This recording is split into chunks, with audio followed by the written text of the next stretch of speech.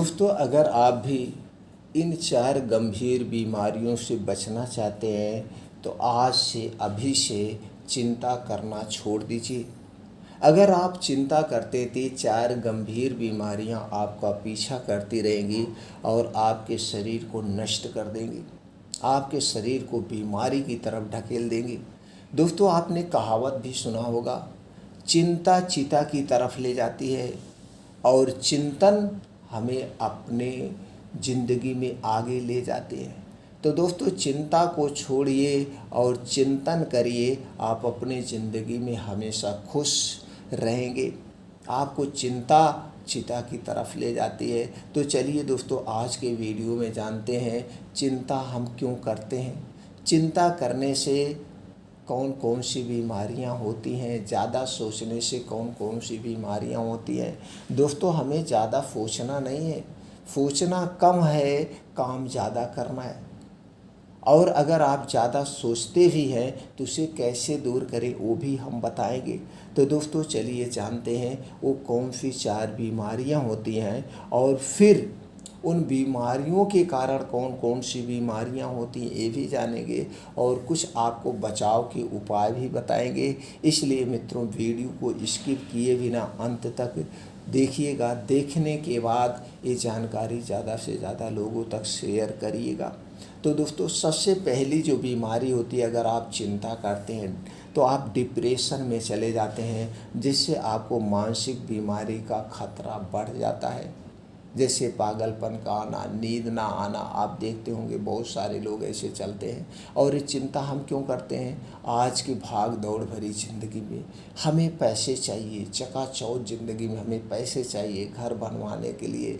लेकिन दोस्तों, ज़रा वहीं पे सोचिए, क्या आप इस सोच सोच के घर पे बैठ के सोच सोच के सारी आवश्यकता को पूरी कर सकते हैं कि काम करके आप पूरी कर सकते हैं? तो वहाँ पे आप जब चिंतन करेंगे तो उसका फल यही निकलेगा कि हमें काम करके सारी चीज़ों को पूरा करना है। आज जो भी ऊंचाइयों पे पहुँचे हैं, जो भी आज अमीर हैं दोस्तों, उन्होंने भी अपने ज़िंदगी में संघर्ष किया है, अपने ज़िंदगी में लड़ाइयाँ लड़े हैं, तब आज वो शीर्ष पर पहुँचे हुए हैं। तो इसलिए हमें दोस्तों अपने हाथ पैर हिलाना चाहिए, मेहनत करना चाहिए, चिंता नहीं करना चाहिए। दूसरा है, दिल की बीमारी का खतरा बढ़ जाता है। अगर आप चिंता करते हैं तो heart attack, blood pressure, blood sugar जैसी गंभीर बीमारियां हमें अपनी चपेट में ले लेती हैं। इसलिए हमें चिंता नहीं करना चाहिए। अगला है दोस्तों, बालों का झड़ना। अगर आप बहुत ज़्यादा चिंता करते हैं तो आपके बाल झड़ने शुरू हो जाते हैं, बाल पकना शुरू हो जाता है। क्योंकि जब आप चिंता करते हैं तो आपकी भूख प्यास सब मिट जाती है। आप ज़बरदस्ती जो खाते पीते भी हैं वो सही से डाइजेस्ट नहीं होता है, जिसके कारण आपका पाचन तंत्र खराब हो जाता है, आपको सारी बीमारियां घेर लेती है। तो दोस्तों, इसलिए हमें चिंता नहीं करना चाहिए, चिंता करने के बजाय हमें चिंतन करना चाहिए। और इसी तरह से अगर आप चिंता करते हैं तो दोस्तों आपको क्या होता है, आपके मन में हमेशा उदासी निराशा बनी रहती है, हर समय थकान सा महसूस होता है और गम, सिर में दर्द जैसे माइग्रेन होती है और आप किसी काम में फोकस नहीं कर पाते हैं, आपकी मेमोरी कमज़ोर हो जाती है और निर्णय लेने में कठिनाइयाँ महसूस होती है। और दोस्तों, हार्ट का सबसे ज़्यादा प्रॉब्लम होती है, हार्ट अटैक आने का खतरा बढ़ जाता है। इसलिए हमें चिंता नहीं करना चाहिए, चिंतन करना चाहिए। अब दोस्तों, चलिए हम जानते हैं, आप तो समझ गए चिंता करने से, ज़्यादा सोचने से कौन कौन सी बीमारियां होती हैं। अब दोस्तों, इन्हें दूर करने के लिए हमें क्या करना चाहिए, इन्हें कंट्रोल करने के लिए हमें क्या करना चाहिए? दोस्तों, सबसे पहले जो आप ज़्यादा समय सोचने में बिता रहे हैं, अकेलेपन में बिता रहे हैं, तो आपको अकेले में नहीं रहना है। आपको अपने परिवार के साथ रहिए, दोस्तों के साथ एंजॉय करिए, कभी भी अकेले मत बैठना। जब आप अकेले बैठते तभी ये सारी चिंताएं आती हैं। तो इसके लिए आपको क्या करना है दोस्तों, बाहर की जो भी चीज़ें खा रहे हैं आप उन चीज़ों को खाना छोड़ दीजिए, उन चीज़ों का खाना छोड़ दीजिए और समय से सोने का प्रयास करिए और रात का खाना हल्का खाइए, जिससे आपको अच्छी सी नींद आ जाए। हो सके तो सूर्य डूबने के पहले खाना खाइए और 10 से बजे तक सोने का प्रयास करिए।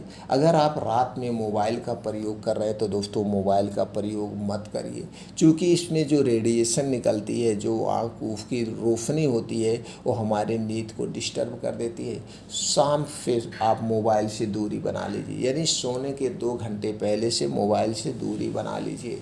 अब 10 बजे जब आप सोने जाइए, सबसे पहले आप दोस्तों हाथ पैर मुंह बढ़िया से धुल लीजिए। धुलने के बाद जब आप बिस्तर पे जाइए तो सबसे पहले आप अपने पैर के तालू में शुद्ध सरसों का तेल लगाइए। आप अपने नाभि में शुद्ध सरसों का तेल लगाइए। अगर गर्मी का समय है तो आप स्नान कर लीजिए। स्नान करने के बाद अपने सर में भी सरसों का तेल आप लगाइए। तो दोस्तों जब आप इन 3 अंगों पे तेल लगाते हैं तो आपको बढ़िया से नींद आती है।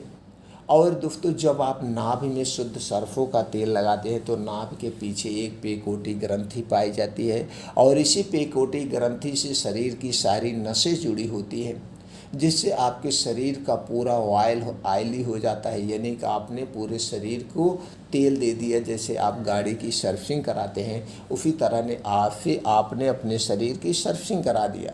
तो सोते समय ये 3 अंगों में तेल ज़रूर लगाइए, आपको बढ़िया से नींद आएगी। और जैसे बिस्तरा पे जाइए, बिस्तरा पे जाने से पहले जितने भी दिन भर में आपके साथ जो भी घटनाएं घटी हैं, उन सारी घटनाओं को भूल जाइए कि मेरे साथ कुछ नहीं हुआ, जो कुछ हुआ मेरे साथ अच्छा हुआ है। इसमें आप अपने सबकॉन्शियस माइंड को एक्टिव करिए। सोते समय आप अपने सबकॉन्शियस माइंड को एक्टिव करना है, और ये आपका जो सबकॉन्शियस माइंड है सबसे शक्तिशाली माइंड होता है।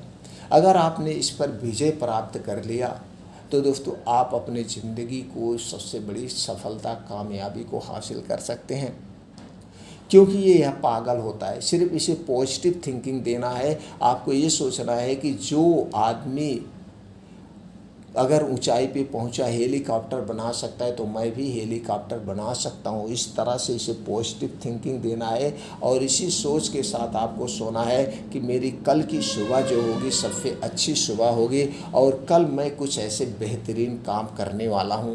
ये पॉजिटिव थिंकिंग के साथ जब आप सोएंगे तो ये आपका सबकॉन्शियस माइंड कभी सोता नहीं है, और आपको नए नए तरीके देता रहेगा।